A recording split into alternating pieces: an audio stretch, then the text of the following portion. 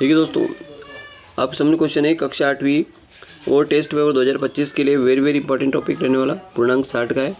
तो कुछ इस तरह से क्वेश्चन आपके एग्जाम में आ सकते हैं। तो आइए दोस्तों जान लेते हैं किस तरह के प्रश्न एग्जाम में आ सकते हैं। देखिए पहला प्रश्न आएगा सही विकल्प, है ना। जब एक ही किस्म के पौधे बड़े पैमाने पर उगाए जाते हैं तो उसे अपन क्या कहते हैं? फसल कहते हैं। क्या कहते हैं उसको? फसल कहते हैं। ठीक है। अगला दूसरा है जब मुख्य फसल के साथ अन्य पौधे भी उग जाते हैं तो उसे खरपतवार कहते हैं। उसे क्या कहते हैं अपन? खरपतवार कहते हैं। ठीक है। तो आपके सामने दो तरह के प्रश्न हो जाते हैं। फसल किसे कहते हैं? तो जब एक ही प्रकार के किस्म के पौधे बड़े पैमाने पर उगे जाते हैं तो उसे फसल कहते हैं, और जब मुख्य फसल के साथ बहुत सारे पौधे उग जाते हैं तो उसे खरपतवार कहते हैं। ठीक है। तो दो तरह के प्रश्न यहाँ पे तैयार हो जाते हैं। अगला है उन्मूलन। वनो उन्मूलन का प्राकृतिक कारण, तो भीषण सूखा, है ना। वन ये किस प्रकार के नष्ट होते हैं? तो भीषण सूखा, इसका राइट आंसर हो जाएगा। अगला प्रश्न है कि माचिस की तिल्ली के ऊपर को रगड़ने पर आग उत्पन्न होती है तो किसके कारण होती है? घर्षण के कारण होती है। माचिस की तिल्ली को रगड़ते हैं तो आग उत्पन्न होती है, वो किसके कारण होती है? घर्षण के कारण होती है। अगला है किस विधि में जल बूंद बूंद करके पौधों पर गिरती है? पौधों की जड़ों तक गिरती है, तो ड्रिप तंत्र। ये ड्रिप इरिगेशन या ड्रिप तंत्र याद रखें, है ना। बूंद बूंद का अगर जैसे कहते हैं ड्रिप इरिगेशन लगाते हैं ना अपन, तो बूंद बूंद कर किस विधि से जल बूंद बूंद करके पौधों की जड़ों तक गिरता है, तो बूंद बूंद कर गिरता है वो क्या होता है? Drip irrigation. याद रखें आप, ड्रिप तंत्र लिख दोगे तो भी आपका सही हो जाएगा। अगला है देखिए रिक्त स्थानों की पूर्ति में आ जाता है मलेरिया रोग वाहक। तो मलेरिया रोग कैसे होता है? तो उसको बोलते हैं प्लाज्मोडियम बोलते हैं, और एक मादा एनाफिलीज मच्छर। किस मच्छर, अगर ये नहीं पूछे किस मच्छर के द्वारा होता है तो मादा एनाफिलीज मच्छर,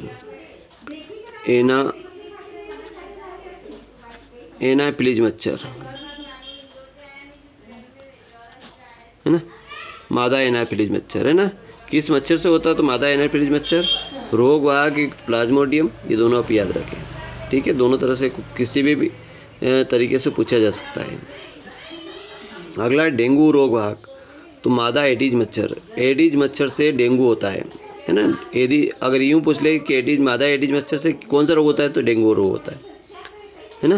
तो ये भी याद रखें, किसी भी तरह से प्रश्न आपसे पूछा जा सकता है। अगला है वायुमंडल में नाइट्रोजन का परसेंट होता है 78%, है ना, नाइट्रोजन का। और अगर ऑक्सीजन को पूछे तो 21%, है ना। तो दोनों चीज़ आप याद रखें। अगला चीनी को एल्कोहल की परिवर्तित करने की प्रक्रिया कहलाती है किण्वन। चीनी को एल्कोहल में बदलने की प्रक्रिया क्या कहलाती है? किण्वन कहलाती है। ये याद रखें आप। अगला सभी संकटापन स्पीशीज का रिकॉर्ड किस पुस्तक में रखा जाता है? सभी संकटापन स्पीशीज का रिकॉर्ड, तो दोस्तों ये रेड डाटा पुस्तक में रखा जाता है। रेड डाटा पुस्तक में रखा जाता है। ठीक है।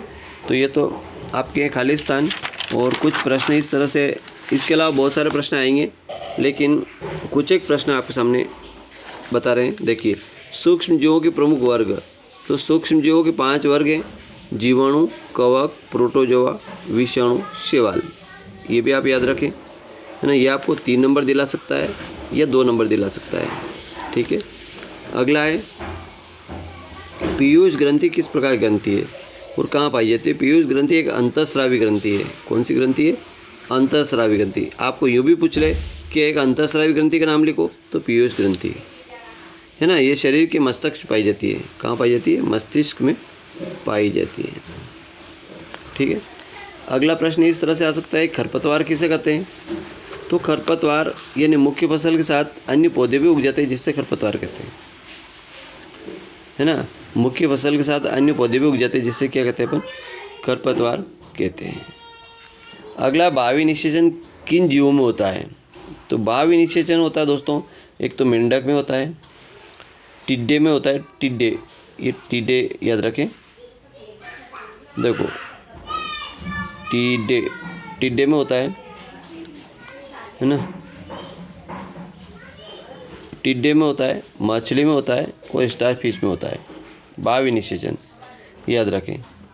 अगला प्रश्न होता है सीएनजी और एलपीजी का पूरा नाम बताइए। सीएनजी ये संपीड़ित प्राकृतिक गैस है और एलपीजी द्रवित पेट्रोलियम गैस है ना, द्रवित पेट्रोलियम गैस है।